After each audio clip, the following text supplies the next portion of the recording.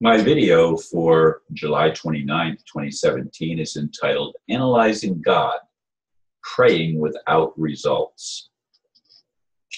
I received this some time ago, expecting to make a video on the subject. Other things took precedence. Anyway, here is the message I got. Quote, in reference to your wondering if God even exists, I can tell you from the viewing equipment that God exists, but he is so strange. He knew a lot of bad things about to happen or will happen long ago, but he didn't do anything to stop or respond to our prayers.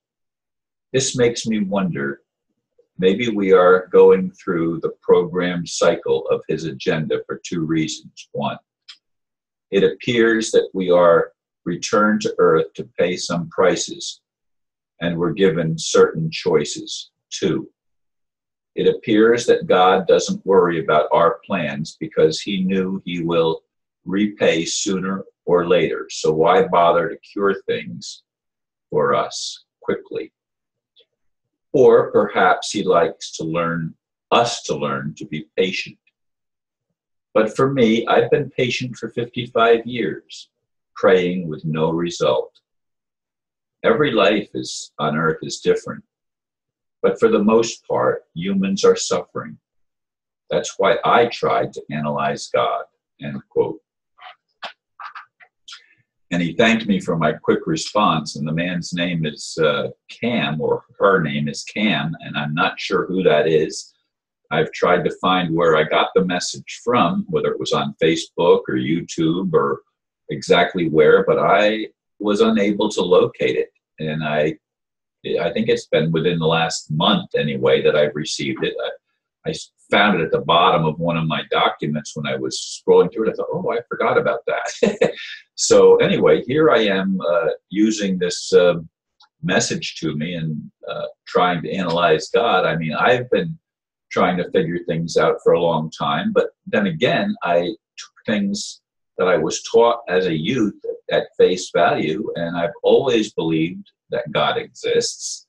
And yet, when I got to my more critical phase, when they took my house, I began to wonder, wow, you know, I look back, reading this, I look back at all the unanswered prayers that I've had in my life, things that I thought would come out well, didn't. More than once. I remember when I went to Utah, and there's been just so many calamities that have happened where I've had a car that was taken from me.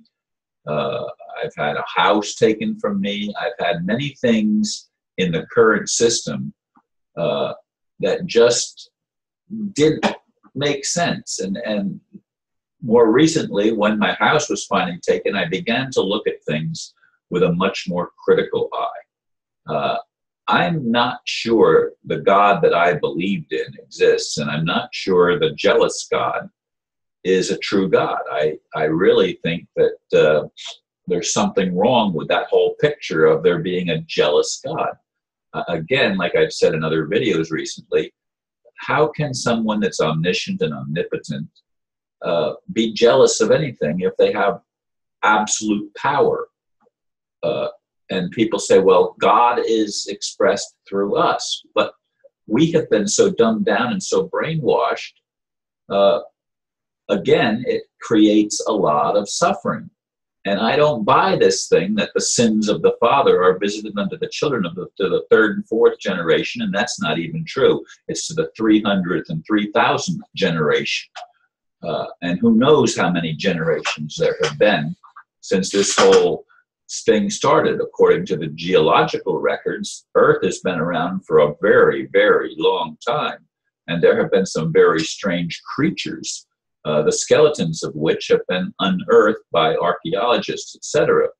So analyzing God is something that I no longer just take for granted. Yes, where is God? Why doesn't God worry about our pains? Because he knows he's going to repay sooner or later and make recompense. When is that going to happen? Is that going to happen? How much of what we've been taught is nothing but BS, bullshit, lies on top of lies? This creates the conundrum for humanity. Now, I will say, as I've said in other videos recently and earlier than that, that it does seem people are waking up and asking questions as we've not been willing to do before. And many are questioning what they've been taught in regard to their religious faith, in regard to their political alignments, and certainly in regard to the monetary system of the world, which we're recognizing is a very corrupt system. And yes, the Ashkenazi Jews, fake Jews, whatever you want to call them, I don't think that they ever had any alignment with the more ancient nation of Israel. And I'm not even so sure that ancient nation ever really existed, that it's not just a story that was created out of thin air. I'm not sure. I'm not sure about a lot of things. But I am sure that it does seem that many, many people that I know have had a lot of bad things happen in their life that just simply do not make sense, even if it was a payback for something bad that they did. But I know people that did do things bad, that tried to do the right thing and tried to live upstanding and lives and with honesty and tried to love one another and did the best that they could. And I've done the best that I could. And yet bad things happen to good people. And unanswered prayer is one of the enigmas of the whole experience of being human. When we follow the rules to the best of our ability, not that we're perfect. I'm not saying I'm perfect, and I'm not saying anybody else has done it perfectly. It's hard to be perfect in a world that's so imperfect. But as Aristo said, I mean, some people do outrageous things, and especially in India and that part of the world have done outrageous things, trying to, I don't know what even that they're trying to do, to show the nonsense of human existence. And it is nonsensical because, as I've said, it seems as if the darkest beings have taken over, and they present themselves often as beings of the light. And I don't know. I don't know what this whole thing is all about. Are there two gods, Enlil and Enki? Are they two brothers, if you will, from some metaphysical family or spiritual family?